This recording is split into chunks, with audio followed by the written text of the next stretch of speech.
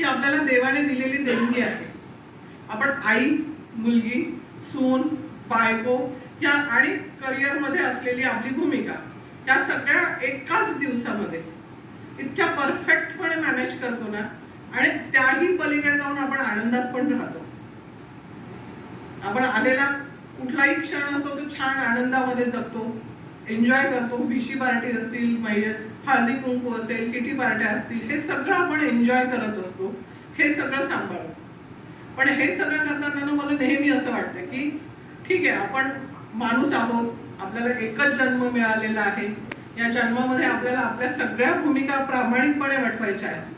पण हे करताना ना म्हणजे खंत आहे माझी की आपण महिला काय करतो, खूप स्वतःला ना असं बांधून घेतो सगळ्या गोष्टींमध्ये की नाही मला करायचंय, मला हे करायचंय, मला ते करायचंय, मला ते करायचंय. इतकं म्हणजे